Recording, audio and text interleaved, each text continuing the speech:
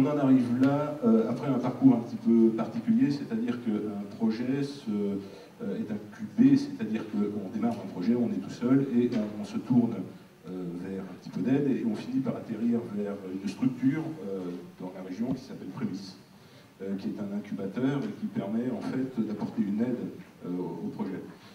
Ensuite, il y a tout un parcours un petit peu fléché, hein, c'est-à-dire qu'on va vers Réseau Entreprendre qui apporte une autre forme d'aide.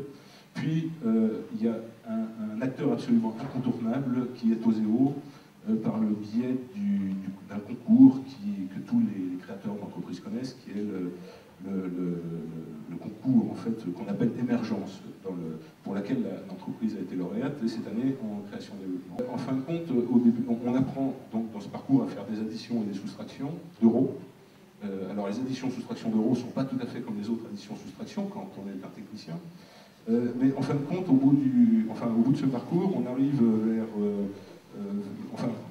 vers un besoin en capitaux propres qui est relativement important. Et là, on se retourne vers des partenaires locaux qui sont BCI et les Bourgogne Angels pour compléter ces financements. Il y a à peu près une quarantaine de dossiers par an. J'en sélectionne une quinzaine et entre 8 et 10 sont retenus.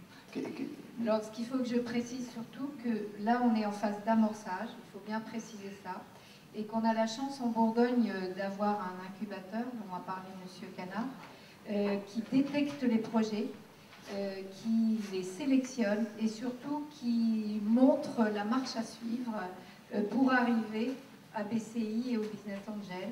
Donc la marche à suivre, c'est déjà une marque juridique, c'est aussi une marque de propriété intellectuelle et c'est ensuite une sensibilisation au problème des fonds propres. Le chef d'entreprise, pour réussir, doit constituer un socle financier stable et doit donc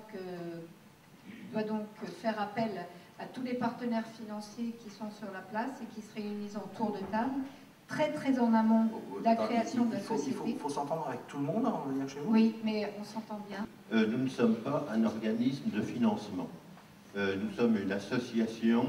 L'association n'investit pas, ce sont ses membres, personnes physiques, qui investissent. Ça veut dire que quand on rencontre le créateur, le porteur de projet, ou le développeur, ou le repreneur, il faut qu'il y ait le fit, il faut qu'il y ait une bonne relation absolument entre les futurs associés, ses futurs associés et le créateur. Et donc, la moitié, 50% de notre capacité de décision, c'est une bonne relation, d'avoir le fit, d'être séduit, d'être convaincu par le porteur de projet. Parce que nous n'apportons pas seulement un financement, nous apportons un financement, dans ce cas-là, on apporte 150 000 euros, mais nous apportons également un accompagnement. Et qu'est-ce qui a fait la différence? Qu'est-ce qui a fait que Francis Canard a convaincu? Pour qu'il y ait un projet... Alors je laisse répondre d'abord. Alors pour qu'il y ait un projet, il faut qu'il y ait un porteur de projet qui nous plaise et puis qui a été déjà assez loin dans l'élaboration de son projet. On ne l'aide pas à élaborer son business plan, on l'aide à compléter son business plan. Donc il a fallu que Francis Canard nous plaise, mais également il faut qu'on sente qu'on peut apporter quelque chose, une valeur ajoutée.